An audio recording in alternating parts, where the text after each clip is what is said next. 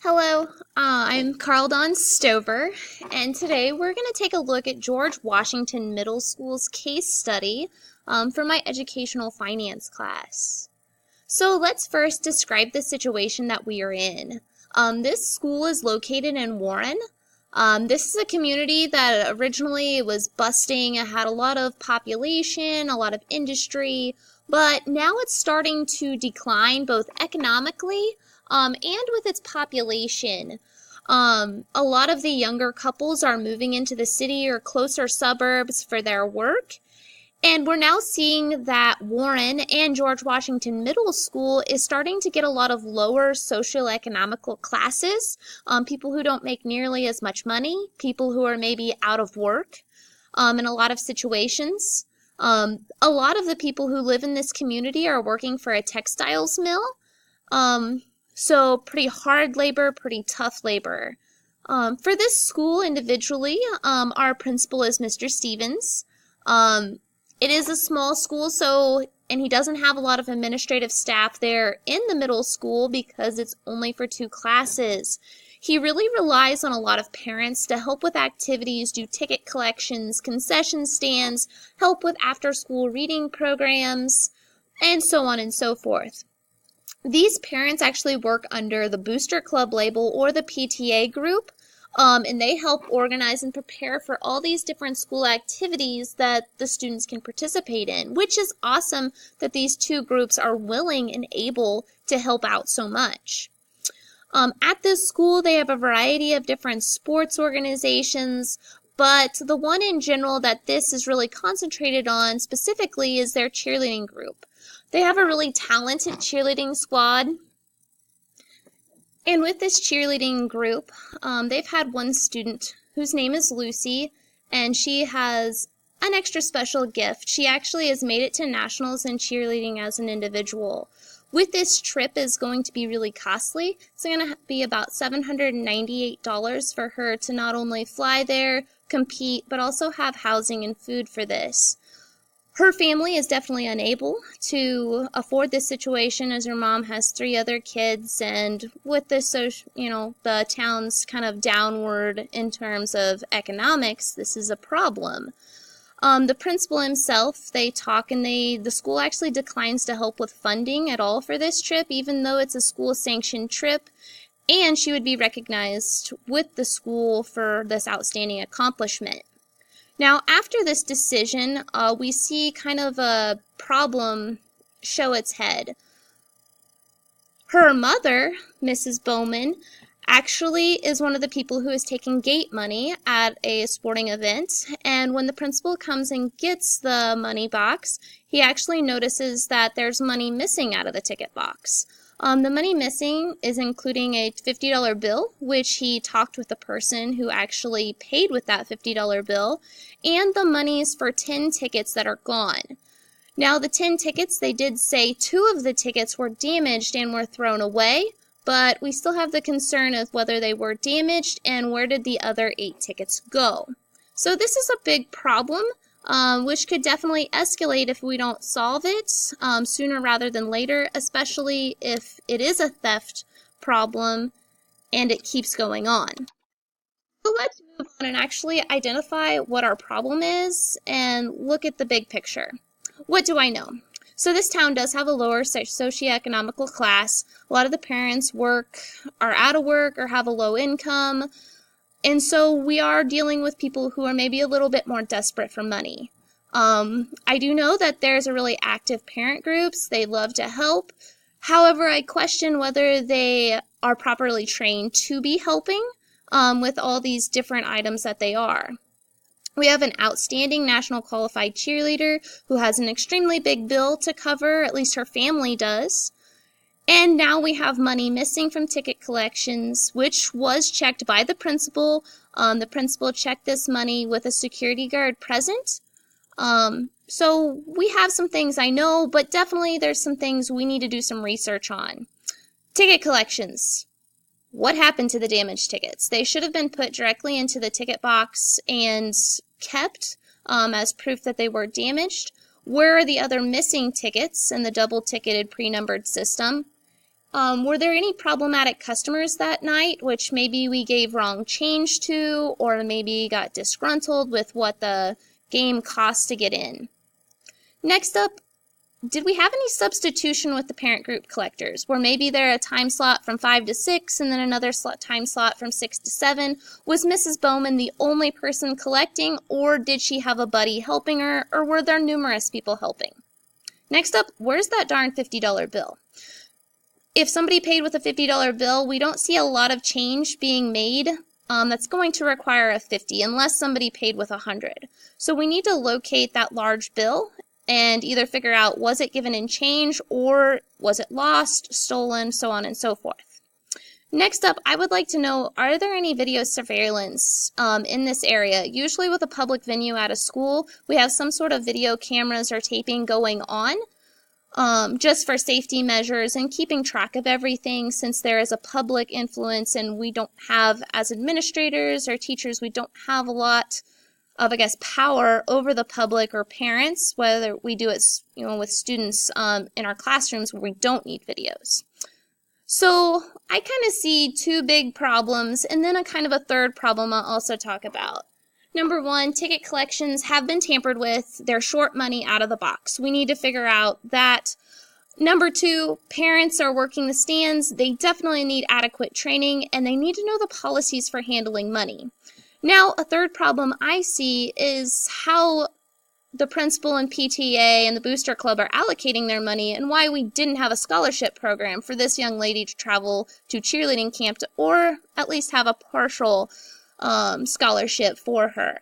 So 3 main problems, which 2 of them are directly dealing with educational finance, and the others just more on how we're funding our school systems. So what's our plan of action? Step 1, we need to report the problem to the district accounting manager and the superintendent. Definitely with this, we need to get a double check to make sure Mr. Stevens as the principal didn't miscount, or any money wasn't stuck under or stuck together, anything like that. Our superintendent definitely needs to know the situation, because we don't want it to get around to him in a roundabout way without us talking to him first.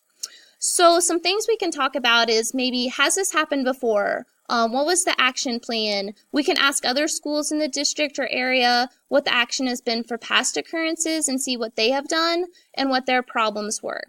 Step 2. If we do have video recording, I want to see it as a principal. I want to see where the ticket sales area were, who was coming and going from that area, and to see if we had any sticky fingers or anything happen. Now, if we don't have videos in that public area, I really think this school should install them, at least where the public is going to be, because if we have any theft, fight, or other problems that's going to happen with a community member, we need to know what those guests are doing. These would simply be added into like the gym, the stage, the track, where we're going to have the public be.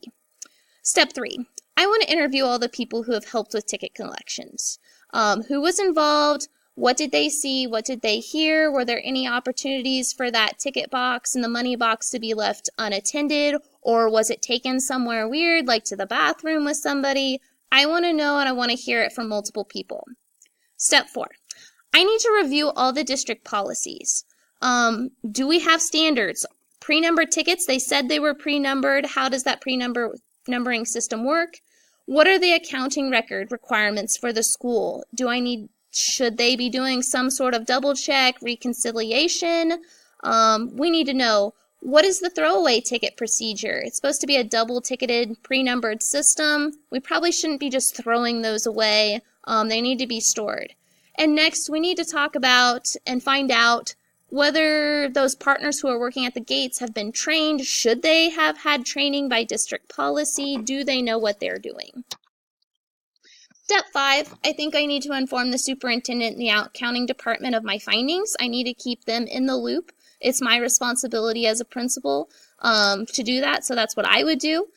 Step 6, we need to discuss this information with the PTA and Booster Club officer teams, kind of get what their viewpoint is on it, what they think we need to do, so that we can keep student money with the students and with the school and not be running around with sticky fingers or anything else like that. Step 7, if we need to revise any new policies or put any new policies in place, I think this is the time to do it with this situation kind of rearing its ugly head. We can make step-by-step sheets for gate workers. We can have control checkpoints with administration. And I really think we need to assign a coordinator for these different events so it's just not all on the principal. That's not fair. He's got a lot of other responsibilities to do besides watching the gate workers and make sure they're being honest. Step 8, probably we need to do some training nights with the PTA and booster club parents. I think the principal could easily get multiple training sessions put in place so many parents can attend as possible. I think it needs to be a requirement that parents attend the training nights if they want to work events and help out with the school. They need to be properly trained and educated before we give them money that could possibly walk away or get lost or stolen. And step 9, the principal needs to continuously check up on the process and make sure everyone is following proper protocol and that we're keeping honest. Resolving the issues. I think the first thing we need to recognize is the money's probably gone. Proving who took the bills will be next to impossible. You have to have concrete evidence, and with cash bills, it's pretty well impossible to do.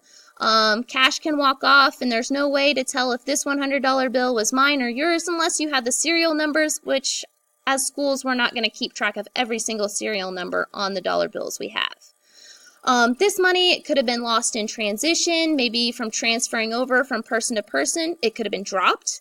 It could have been stolen by numerous people if it was in a public place at a game and money was left unattended. The tickets, they could have been destroyed, they could have been thrown away, they could have been lost. Somebody could have paid with a $100 bill and the 50 could have been used in change. But for the most part, we need to do what's best for the students. As administrators, we need to put into policies to protect this from ever happening again. That's our job, and that's what we need to do. Me resolving the issues, number 1, I would hire an event coordinator, who's the lead person, who will do the reconciliation, who will do the double check. This is a person that the event coordinator and the principal could get together at the end of the night with the security guard and do the money count together and do a double check. The next thing would be we need to have a set protocol to protect this money, like a step-by-step procedure. Gate workers should have a list of things they need to do, things they should not do while they're dealing with money, like walking away from a money box. They need to know this, and it needs to be written with the money box when they sit down to take gate money. Next thing, all gate workers and anything dealing with money should work in a buddy system. When money is involved, we need to have partners to double check and to keep everyone honest. We would like to believe that everybody is, good, kind, trustworthy, but that's just not always the case. So a partner system would be a definite good thing for the school to have. 4, we need to establish a standard of who gets money and who doesn't. Why does one person who's representing the school not get any money? This is to dealing with the young lady in her cheerleading program. She's representing the school. She probably should at least get some of it paid for. I understand that this doesn't affect every single student, and I don't think the school should pay $798, but they should do some sort of scholarship, whether it's saying, hey, we'll pay for the gas for you to get from point A to point B and then back, and your family's responsible for paying the rest. This is only fair. If we are sending school, this school would send anybody to an academic thing, well, they're going to pay for every single student to go. Just because one student's going and not 20, we shouldn't change that protocol. But that's kind of on the principal in making that decision. So my debrief here as we kind of come to a close. During this situation, kind of angered me a little bit because I really feel like in schools we should be dealing with really trustworthy people. If parents are helping, they should be trustworthy. So definitely some mistrust between different situations and stakeholders. In this case study, realistically, I think this could really turn into a blame game of who stole the money and who didn't between like the PTA or the booster club or the principal or the security guard or anybody else. And next up, it definitely made me thankful I have a pretty good school who takes care of us and really keeps us in the loop of what we need to do and what we don't need to do. Some unresolved issues that I see is parent to administrator distrust. Why are we funding certain things but not others? I think we need to look at a creation of board policies to address issues, and what needs to be talked about and what doesn't.